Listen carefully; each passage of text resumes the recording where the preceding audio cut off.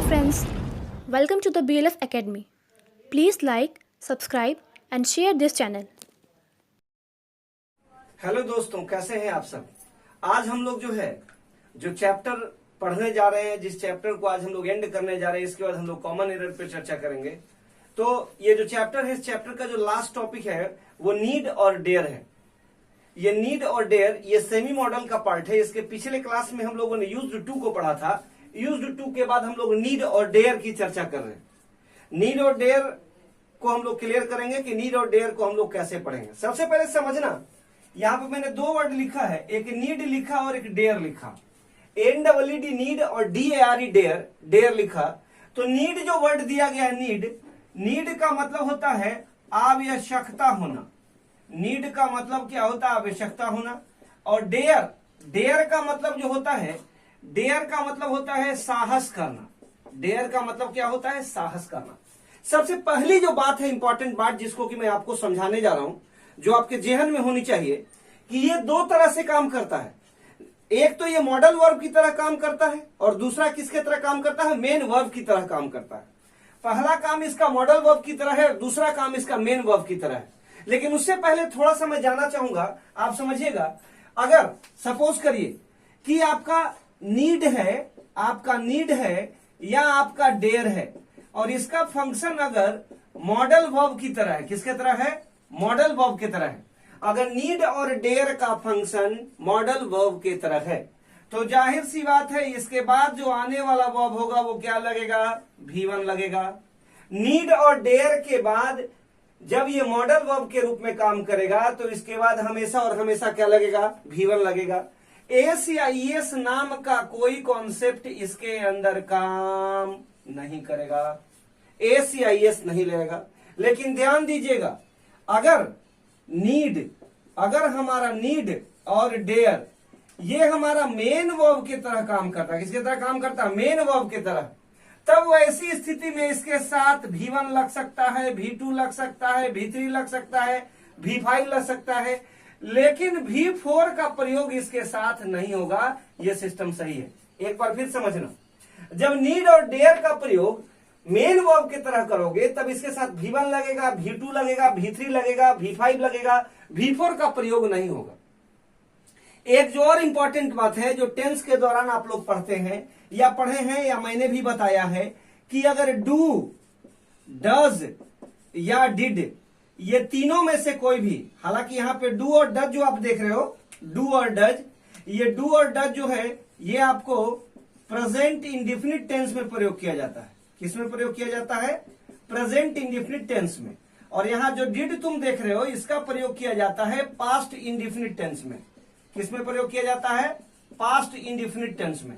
तो do, does, did के बाद, और ये तीनों जो है, इनके बाद जो वर्ब आता है वो हमेशा क्या आता है? V1 आता है। अब तुमसे अगर कोई पूछ दे कि डू, डज, डिड का प्रयोग क्या होता है, तो do, does, did auxiliary verb के रूप में आता है और इसके बाद जो ये वर्ड आता है ये आपका मेन वर्ब के रूप में आता है। तो डू, डज, डिड के बाद V1 आता है।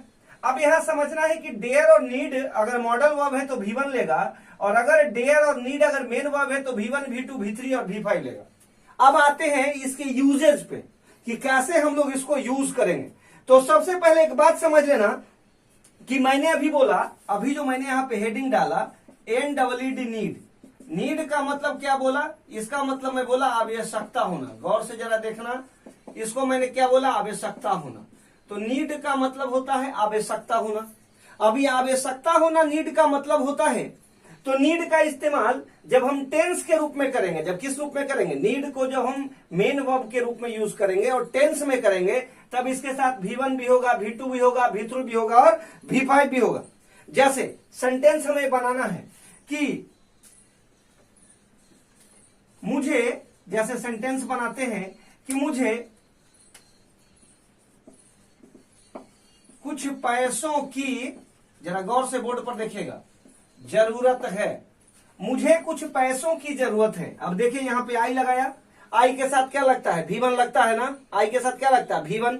तो आई यहां पे नीड हो गया और नीड के बाद क्या हो गया? Some money. I need some money. मुझे कुछ पैसों की जरूरत है। अगर वही बनाना है सेंटेंस, ठीक है, कि वह तुम्हारी मदद चाहती है, वह तुम्हारी मदद चाहती है। देखो सेंटेंस को, यहां पे क्या लगा हुआ है, वह तुम्हारी मदद चाहती है। ये जेंडर कौन सा हो गया, फेमिनिन हो गया, ये सी हो गया, और सी के बाद तुम्हारी मदद चाहती है, तो यहां पे क्या बन जाएगा, सी नीड्स होगा, क्योंकि सी के साथ third person singular number A से आईएस का प्रयोग होगा, तो सी नीड्स और तुम्हारी मदद, तो यहां पे योर हो गया, और योर के बाद आप हेल्प भी लगा सकते हो या सपोर्ट भी लगा सकते हो, कोई दिक्कत नहीं है, हेल्प या सपोर्ट दोनों में से कोई लगा दो। तो वह तुम्हारी मदद चाहती है। अब जरा सेंटेंस के मैजिक को देखना, वह तुम्हारी मदद नहीं चाहती है, वह तुम्हारी मदद नहीं चाहती है, तो वैसी स्थिति में सी लगेगा और सी के बाद आपका डज नॉट का प्रयोग होगा। अभी मैंने कहा कि डू डज डिड के बाद क्या लगता है, V1, तो सी डज नॉट, अब यहां पे क्या हो जाएगा, नीड, और उसके बाद योर, और उसके बाद क्या लगेगा, support. She does not need your support. ये जो फंक्शंस मैंने बनाया, ये सारे फंक्शंस मैंने टेंस में जाके बनाया। किस में बनाया, टेंस में जाके बनाया। अब समस्या यहां आती है कि सर एक चीज बता दो जरा मुझे, जो मोस्ट इंपॉर्टेंट चीज है कि आपने प्रेजेंट टेंस में तो इसको प्रयोग किया, अब इसको पास्ट टेंस में आप कैसे प्रयोग करोगे। तो पास्ट टेंस में जब इसको प्रयोग करना होगा तो सेंटेंस बनाएंगे कि did she need to stay here. Sentence बनाते हैं कि डिड सी नीड टू, और उसके बाद क्या बनाते हैं, stay here. Did she need to stay here, तो डिड सी नीड, ये डिड जो यहां पे लगाया, यहां डिड जो लगाया, ये कौन से टेंस में लगा, ये पास्ट इंडेफिनिट टेंस में लगा। किस में लगा, पास्ट इंडेफिनिट टेंस में। पास्ट इंडेफिनिट टेंस में हमने किसका प्रयोग किया, हमने डिड का प्रयोग किया, यानी डिड का प्रयोग करके हमने इसके पास्ट इंडेफिनिट टेंस को बनाया। एक बात समझना जो मोस्ट इंपॉर्टेंट चीज है, बार बार कह रहा हूं कि जब नीड या डेयर दोनों में से कोई भी अगर मेन वर्ब के रूप में आता है तो V1 बनाओ, V2 बनाओ, V3 बनाओ, V5 बनाओ। V5 का मतलब क्या होता है, V5 का मतलब होता है एस या ईएस जिसमें लगा हो, एस या ईएस लगाओ। लेकिन जैसे ही इसको मॉडल वर्ब के रूप में प्रयोग करोगे, किस रूप में प्रयोग करोगे, मॉडल वर्ब के रूप में, ये हमेशा अपने बाद क्या लेगा, V1 लेगा। इसको पहले तुम लोग जरा सा नोट करो, फिर इसके आगे मैं बताता हूं, इसी में आगे कंटिन्यू करता हूं आज, ठीक है। तो अभी हमने कहा आपसे कि नीड का जो प्रयोग है, नीड का प्रयोग मेन वर्ब के रूप में जब करते हैं तो उसमें V1 बनता है, V2 बनता है, V3 बनता है, V4 बनता है और V5 बनता है। लेकिन V4 स्पेशल स्थिति में बनता है, नॉर्मल स्थिति में नहीं बनता है, स्पेशल स्थिति में। तो खैर उसको छोड़िए, V4 को छोड़ के बाकी जो सेगमेंट्स हैं वो बनते हैं। अब हमारी चर्चा इस नीड को लेकर के है कि अगर इस नीड को हम मॉडल ऑक्सिलरी वर्ब बनाते हैं, क्या बनाते हैं, इस नीड को, ये जो नीड आप देख रहे हो, ये नीड अगर इसको हम लोग बनाते हैं, क्या बनाते हैं, मॉडल वर्ब अगर बनाते हैं, तो मॉडल वर्ब की स्थिति में क्या केस हो सकता है, सबसे पहले यह समझना है। तो मॉडल वर्ब का जैसे ही इसमें केस आएगा, किसका केस आएगा, मॉडल वर्ब का केस आएगा। तो मॉडल वर्ब का केस आने की स्थिति में एक बात समझना, इससे जो सेंटेंस बनाओगे बच्चों, वो निगेटिव या इंट्रोगेटिव सेंटेंस बनेगा। निगेटिव या क्या बनेगा, इंट्रोगेटिव सेंटेंस बनेगा। निगेटिव बनेगा और क्या बनेगा, इंट्रोगेटिव सेंटेंस बनेगा। निगेटिव का मतलब नकारात्मक और इंट्रोगेटिव का मतलब प्रश्नवाचक। यानी जब मॉडल वर्ब के रूप में नीड का प्रयोग करोगे तो निगेटिव या कौन सा सेंटेंस बनेगा, इंट्रोगेटिव सेंटेंस बनेगा। अब निगेटिव और इंट्रोगेटिव सेंटेंस बनाओगे तो कैसे बनाओगे, जैसे कहते हैं, सेंटेंस बनाते हैं, शी नीड नॉट, और उसके बाद बनाते हैं do it. She need not do it, मतलब उसे यह करने की जरूरत नहीं। अब ये जो सेंटेंस बना, ये कौन सा सेंटेंस बना, ये जो सेंटेंस बना ये हमारा निगेटिव सेंटेंस बना। कौन सा सेंटेंस बना, निगेटिव बना। अगर हमको इंट्रोगेटिव बनाना है तो फिर इंट्रोगेटिव क्या बनाएंगे, नीड सी, जैसे बनाते हैं, एग्जाम्पल लीजिए कि नीड सी मीट हर फादर, नीड सी मीट हर फादर, क्या उसे अपने पिता से मिलने की जरूरत है। यह भी सेंटेंस आपका सही है। और ये जो सेंटेंस बना ये आपका इंट्रोगेटिव सेंटेंस बना। कौन सा सेंटेंस बना, ये इंट्रोगेटिव सेंटेंस बना। यानी एक बात समझ लो कि नीड का प्रयोग जब मॉडल वर्ब के रूप में करोगे तो निगेटिव या इंट्रोगेटिव सेंटेंस बनेगा। कौन सा सेंटेंस बनेगा, निगेटिव या इंट्रोगेटिव सेंटेंस बनेगा। अब देखो एक बात जो इंपॉर्टेंट समझने लायक है, नेक्स्ट जो इसमें है वो आपका कौन आता है, डेयर आता है। तो डेयर के लिए मैंने क्या कहा, साहस करना। डेयर का मतलब क्या होता है, साहस करना।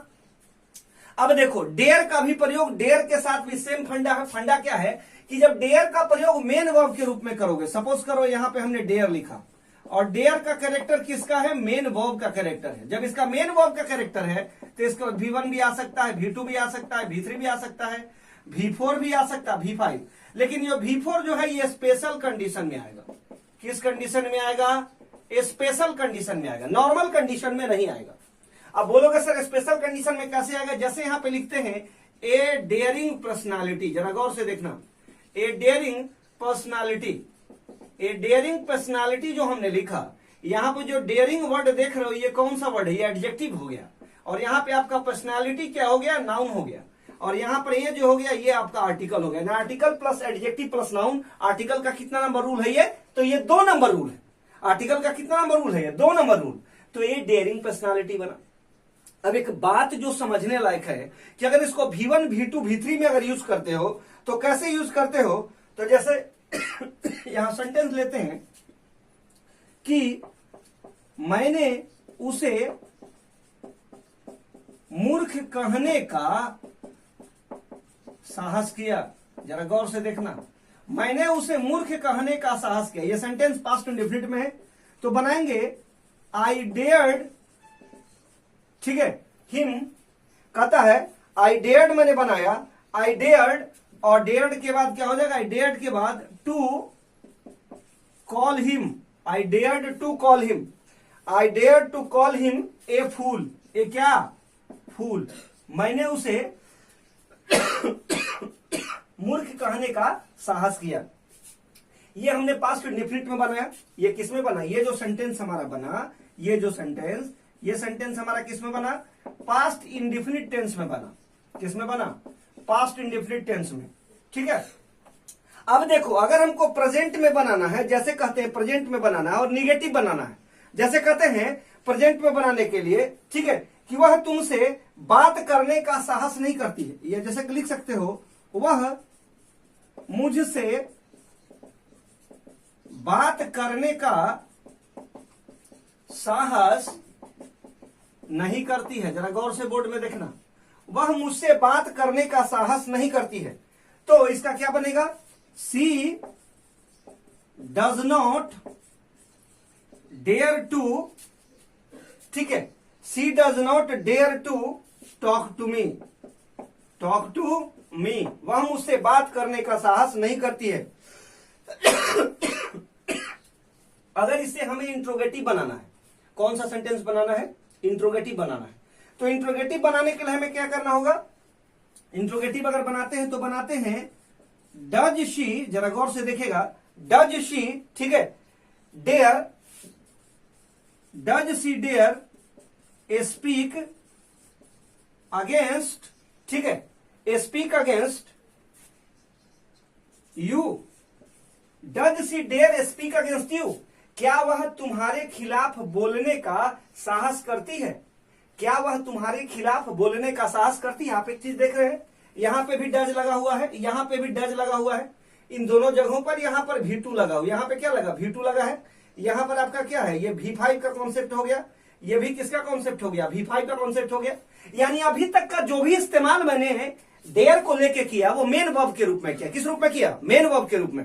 तो ये जो हमारा इस्तेमाल है मेन वर्ब के रूप में चल रहा है। अब मैं इसके आगे आपको फिर मॉडल्स के यूज में डेयर को बताता हूं कि कहां कहां पे मॉडल्स का यूज डेयर के रूप में करते हैं और कैसे होता है। आइए देखते हैं, पहले इसको जरा नोट करो तुम लोग।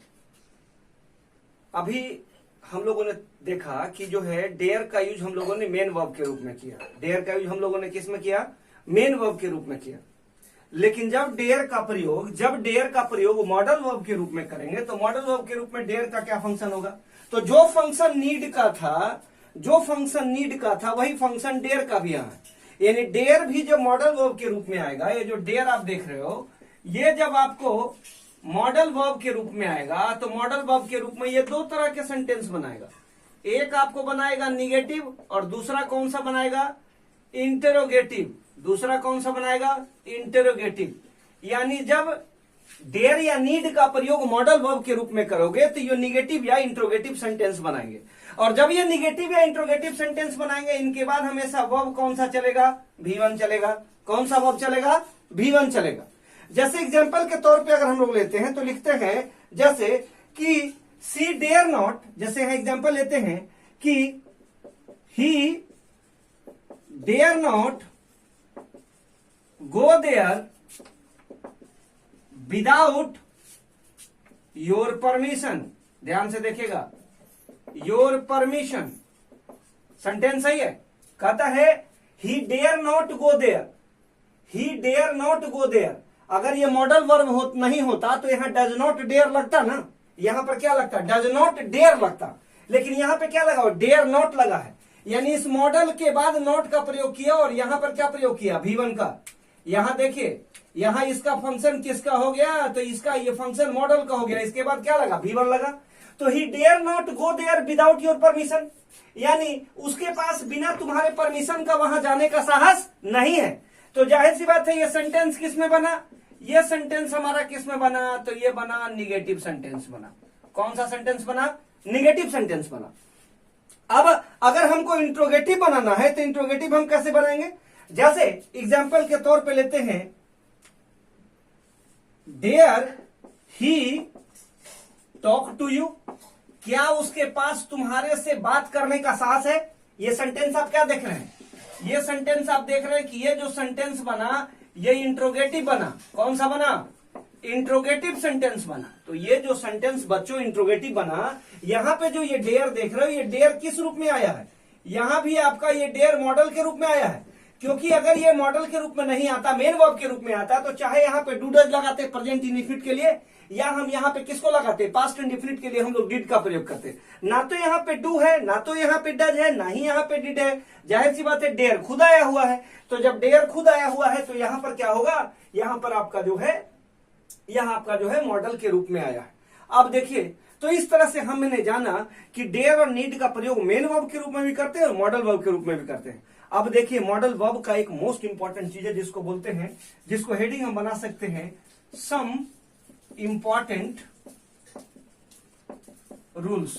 क्या वो सम इंपॉर्टेंट रूल्स हैं, जरा इनको समझिएगा।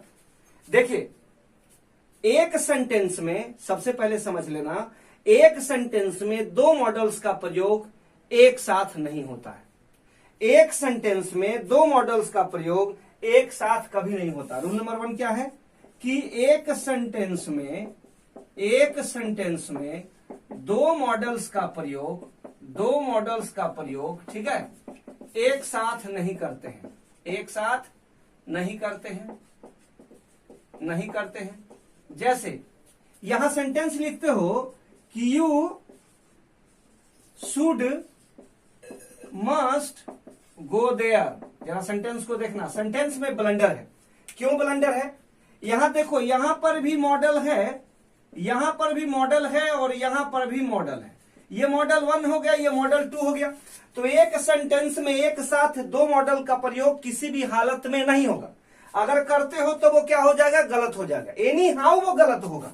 गलत क्यों होगा, क्योंकि एक सेंटेंस में दो मॉडल कभी भी नहीं आता है। अगर एक सेंटेंस में दो मॉडल अगर आता है तो दो मॉडल आने की स्थिति में वो सेंटेंस हमारा क्या हो जाएगा, गलत हो जाएगा। अब यहां देखो, नोट करके जरा समझना कि मैं क्या कहना चाह रहा हूं। एक सेंटेंस में दो मॉडल आएगा, एक सेंटेंस में दो मॉडल आएगा, लेकिन दो मॉडल तब आएगा जब उसके बीच में एक कंजंक्शन होगा। यानी ध्यान देना मेरे बच्चों, अगर सेंटेंस है तो सेंटेंस में आपका क्या हो जाएगा, सब्जेक्ट होगा। सब्जेक्ट के बाद क्या होगा, मॉडल 1 होगा, प्लस क्या होगा, एंड होगा, प्लस आपका क्या होगा, मॉडल 2 होगा, प्लस आपका क्या होगा, V1 होगा, और प्लस आपका ऑब्जेक्ट होगा। ब्रह्मास्त्र है, इसको याद रखना होगा। ये जब तक तुम्हें याद नहीं होगा, समझ लो कि तुम मॉडल्स की स्थिति को नहीं समझ पाए। एक तो मॉडल अकेला आता है, और जब दो की स्थिति लाओगे ना, तो लाने की स्थिति में दो मॉडल का एक साथ आना अगर जरूरी भी है तो बीच में एक कंजंक्शन जुड़ेगा, तो सेंटेंस क्या बनेगा। अगर इसी सेंटेंस को सही करना है तो इसको बनाएंगे कैसे, यू और उसके बाद क्या करेंगे, शुड, एंड और उसके बाद मस्ट गो देयर, और यहां पर जाके ये सेंटेंस हमारा क्या हो जाएगा, सही हो जाएगा। तो you should and must go there, you should and must go there. यानी एक सेंटेंस में अकेला मॉडल आता है, अगर दो मॉडल आता है तो अपने बीच में एक क्या लेगा, कंजंक्शन लेगा। बिना किसी कंजंक्शन को लिए हुए दो मॉडल्स का प्रयोग एक सेंटेंस के अंदर अगर करेंगे तो हमारा सेंटेंस क्या हो जाएगा, गलत हो जाएगा। इस बात को हम लोगों को दिमाग में रखना है। बात समझ में आ रही है? यानी एक सेंटेंस में दो मॉडल एक साथ तब आएगा जब उसके बीच में कंजंक्शन आएगा। बिना किसी कंजंक्शन के आए हुए दो मॉडल का अगर आप प्रयोग करते हो तो वो क्या हो जाएगा? गलत हो जाएगा। मुझे लगता है आज की क्लास में इतना आपको समझ आ गया होगा कि नीड और डेयर का प्रयोग कैसे करते हैं, नीड और डेयर का यूज कैसे होता है, दो मॉडल किस स्थिति में आते हैं, ये भी आपने समझा होगा। मुझे लगता है आज यहीं तक रहने देता हूं। Thank you, have a nice day and good luck to you all. Thanks for watching this video. Please like, subscribe and share this channel.